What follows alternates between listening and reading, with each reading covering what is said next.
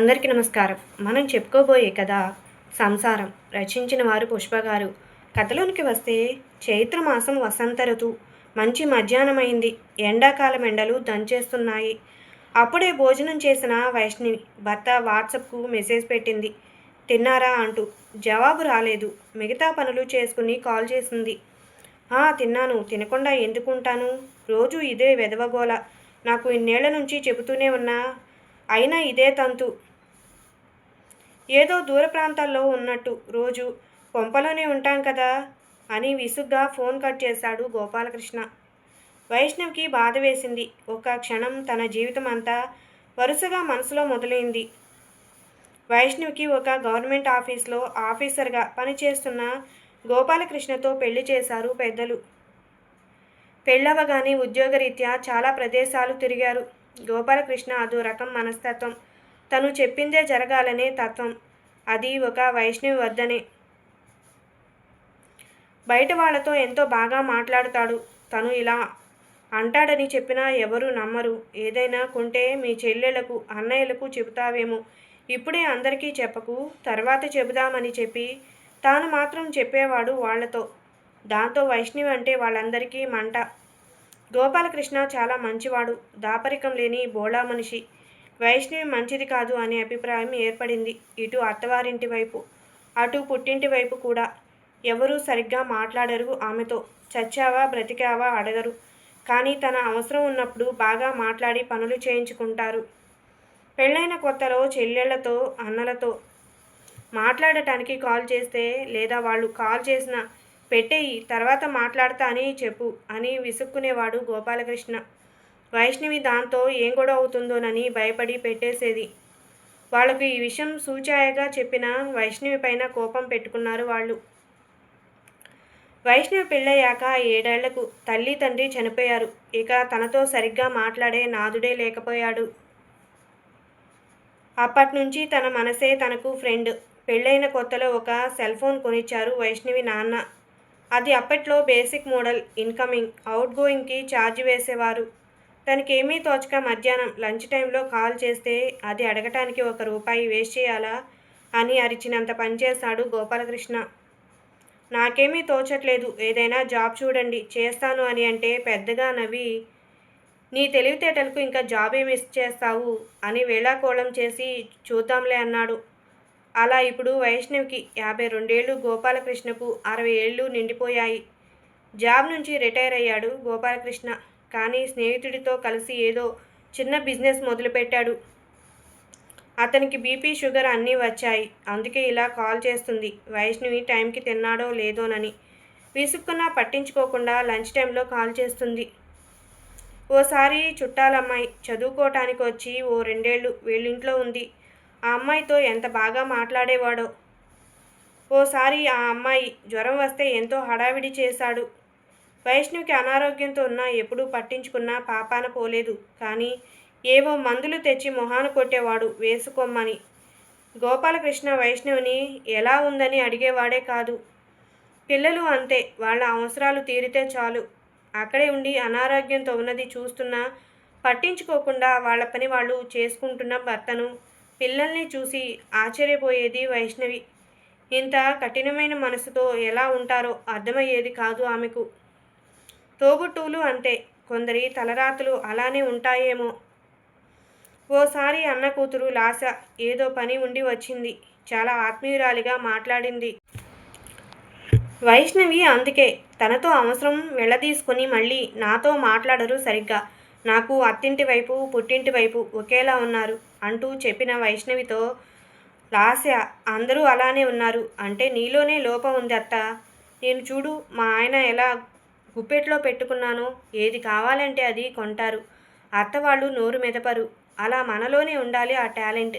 అందరినీ అనుకుంటే ఏం లాభం అంది. 2 పిల్లలు పెళ్ళిళ్ళయ్యి సెటిల్ అయిపోయారు. పురుళ్ళు పుణ్యాలు చేయించుకున్నారు. వైష్ణవితో ఇప్పుడు కాల్ చేస్తే మాట్లాడరు. అమ్మా, నీకులా ఖాళీగా ఉన్నామనుకున్నావా? ఊరికే మాట్లాడాలంటే ఎలా కుదురుతుంది? మా ఉద్యోగాలు పిల్లలు చూసుకోవాలిగా అని విసుగు ప్రదర్శించారు. అందుకే వాళ్లకు కాల్ చేయటం మానేసింది. పిల్లలు వాళ్ళ నాన్నతో మాట్లాడుతారు కానీ నాతో మాట్లాడటానికి ఇలా విసుక్కుంటారేంటో అనుకుని నిట్టూర్చింది.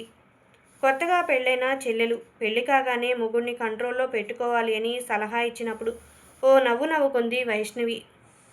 కొందరు భార్య మాటలకు విలువ ఇచ్చే వాళ్లను చూసింది. ఆవిడ మాటలే తమ మాటలుగా చెప్పిన వాళ్లను చూసింది. ఏదైనా అడిగితే మా ఆవిడను అడిగి చెబుతా, కుదురుతుందో లేదో అని గోపాలకృష్ణతో అనగా వింది. కానీ గోపాలకృష్ణకి మాత్రం ఆ ఆలోచన ఉండదు. అవతలి వాళ్ళు ఏది చెబితే అది ఓకే చేస్తాడు. తనకు ఇష్టముందా లేదా అనే ఆలోచనే చేయడు. తమ పెళ్ళైన కొత్తలోనే జరిగిన సంఘటన గుర్తొచ్చినప్పుడల్లా కొందరి జీవితం ఇంతేనేమో అని అనిపిస్తుంది. తమ చుట్టూ అవసరం కోసం మాత్రమే మంచిగా మాట్లాడే అవకాశవాదులే ఉండటం నిజంగా కొందరి దురదృష్టం. వైష్ణవికి తన చిన్ననాటి విషయాలు గుర్తుకు వచ్చాయి. అమ్మమ్మ అంటే తనకెంతో ఇష్టం. ఆవిడ పిల్లలందరినీ కూర్చోబెట్టుకుని రామాయణం, భారతం, భాగవతాల్లా నుంచి కథలు చెప్పేది. ఆ కథలు చెబుతూ మనిషి ఎలా ఉండాలో కూడా వివరించేది. ఆ విషయం అంతగా తన తోబుట్టువులు పట్టించుకోలేదు. కానీ తనకు మాత్రం బాగా మనసుకు హత్తుకుపోయాయి. ముఖ్యంగా అమ్మమ్మ కృష్ణావతారం గురించి చెబుతూ, ఈ మనుషులతో ఉండే బంధాలు అన్నీ అశాశ్వతాలు. భగవంతుడితో ఉండే ఏ బంధంతో కూడిన భావనైనా శాశ్వతం. భార్యాభర్తలు, అక్కా చెల్లెళ్ళు, అన్నదమ్ములు, పిల్లలు ఇలా ఎవరి కోసం మనం ప్రేమించి తపన పడ్డా వాళ్ళు మన ప్రేమకు విలువ ఇవ్వకపోవచ్చు. పైగా హీనంగా చూడవచ్చు. కానీ భగవంతుడు తనను ఎంతగా ప్రేమిస్తే అంతకు ఎక్కువగా కన్నతల్లి కంటే ఎక్కువగా కళ్ళల్లో పెట్టి కాపాడుకుంటాడు. మనం జన్మలో మర్చిపోయినా తాను ఇచ్చిన మాట మాత్రం తప్పడు. తను కూడా మనసులో ఏ ఫీలింగ్ లేకుండా భావాతీతంగా ఉందామని ఎంతో ప్రయత్నించింది. కానీ సాధ్యపడలేదు. ఎవరికి ఏ కొంచెం బాధ కలిగినా తల్లడిల్లిపోయేది వైష్ణవి మనసు. అమ్మమ్మ మాటలు గుర్తు తెచ్చుకుని మానసికంగా భగవంతునికే దగ్గరగా ఉండి ఈ బంధాలను పట్టించుకోవద్దు అని ఎంతగా అనుకున్నా పూర్తిగా వదిలించుకోలేకపోతుంది వైష్ణవి. అది చెప్పినంత సాధ్యమా? వైష్ణవి ఆలోచిస్తూ ఉంటే చిన్నగా కునుకు పట్టింది. ఇంతలో పనమ్మాయి కాలింగ్ బెల్ కొట్టింది. తలుపు తీసి ఆ పనులు అవ్వగానే టీ పెట్టి పనమ్మాయికి ఇచ్చి తను తెచ్చుకుని కూర్చుంది. వైష్ణవి ఈ మధ్య పెట్టుకుంది పనమ్మాయిని. ఇన్నేళ్లుగా ఒంటి చేత్తో పనులు తనే చేసుకునేది. ఈ మధ్య చేయటానికి శరీరం అసలు సహకరించట్లేదు. అందుకే పనమ్మాయిని పెట్టుకుందామని అడిగింది గోపాలకృష్ణను. గోపాలకృష్ణ ఉండేది ఇద్దరమే. ఇంతోటి పనికి ఈ పనమ్మాయి ఎందుకు అన్నాడు. కానీ మళ్ళీ ఏమనుకున్నాడో సరేనన్నాడు. వైష్ణవి వంట చేస్తుంది. మిగతా పనులకు పనమ్మాయి. రాత్రికి చపాతీలు, కూర చేసి గోపాలకృష్ణ కోసం ఎదురు చూస్తూ కూర్చుంది. ఎదురు చూస్తూ కూర్చున్నప్పుడల్లా అమ్మ చెప్పిన సంగతి గుర్తు వస్తుంటుంది వైష్ణవికి. మగవారు బయట తినివస్తారు. వారి కోసం ఎదురు చూస్తూ నీ ఆరోగ్యాన్ని అశ్రద్ధ చేయవద్దు. వైష్ణవి నుంచి కాల్ వచ్చింది గోపాలకృష్ణకు మధ్యాహ్నం.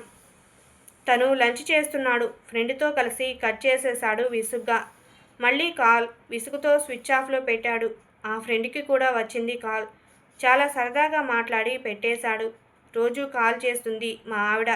నా ఆరోగ్యం గురించే ఆమె బెంగ. ఎప్పుడూ నా గురించే ఆలోచిస్తుంది. తను నా భార్య అవటం నా అదృష్టంరా. ఈ కాలంలో భర్త గురించి నిరంతరం తపన పడేవాళ్ళు ఎంతమంది ఉంటారు? ఇంట్లో ఒక్కతే ఉంటుంది. తనకు కూడా ఏమైనా అయితే అందుకే మధ్య మధ్యలో నేను కాల్ చేసి మాట్లాడుతుంటాను. ఎలాగో రిటైర్ అయ్యాను. ఇప్పుడు చేసేదేదో కాలక్షేపానికి కదా అంటున్నాడు స్నేహితుడు. ఇంతలో లంచ్ అయిపోయింది. తన క్యాబిన్కి వెళ్ళి ఫోన్ ఆన్ చేశాడు. 20 మిస్డ్ కాల్స్ ఉన్నాయి వైష్ణవి నుంచి. ఇందాకటి స్నేహితుడి మాటల ప్రభావమో ఏమో కాల్ చేశాడు వైష్ణవికి గోపాలకృష్ణ. అవతల నుంచి నో రెస్పాన్స్. అస్థిమితమైంది మనసు ఎందుకో. గోపాలకృష్ణ ఇంటికి వెళదామా అనుకుంటుండగా పనమ్మాయి నుంచి కాల్. సార్, అమ్మగారు తలుపు తీయట్లేదు. కిటికీలో నుంచి చూస్తే పూజ గది ముందు పడిపోయినట్టుగా అనిపిస్తుంది. గాబరాగా అనిపించి మీకు కాల్ చేశా అంది. గోపాలకృష్ణ వెంటనే ఇంటికి వెళ్ళి డూప్లికేట్ కీతో తలుపు తీయించి లోపలికి వెళ్ళి చూస్తే పూజ గది ముందు పడిపోయి ఉంది వైష్ణవి. గోపాలకృష్ణ వెంటనే అంబులెన్స్కు కాల్ చేశాడు. తన ఫోన్ నుంచి అందరికీ కాల్ చేసినట్లుంది. ఎవరూ లిఫ్ట్ చేసినట్లేరు. తను అంబులెన్స్ చేయటానికి ఫోన్ చూసినప్పుడు అర్థమైంది. అంబులెన్స్ వచ్చింది. హడావిడిగా పెద్ద మల్టీ స్పెషాలిటీ హాస్పిటల్కు తీసుకెళ్లారు. డాక్టర్ చెక్ చేసి హార్ట్ స్ట్రోక్ వచ్చింది. ఆమె అదృష్టవంతురాలు. ఎలాగో అపాయం తప్పింది. సేవ్ అయింది అని చెప్పారు. ఫస్ట్ టైం కదా, స్ట్రోక్ ఏదో మానసికంగా బాగా ఒత్తిడికి గురైంది అని అర్థమైంది. జాగ్రత్తగా చూసుకోవాలి ఆమెను అని డాక్టర్ గారు చెప్పారు. పిల్లలందరికీ సమాచారం అందింది. ఒక వారం తరువాత ఇంట్లో సందడి. ఉగాది.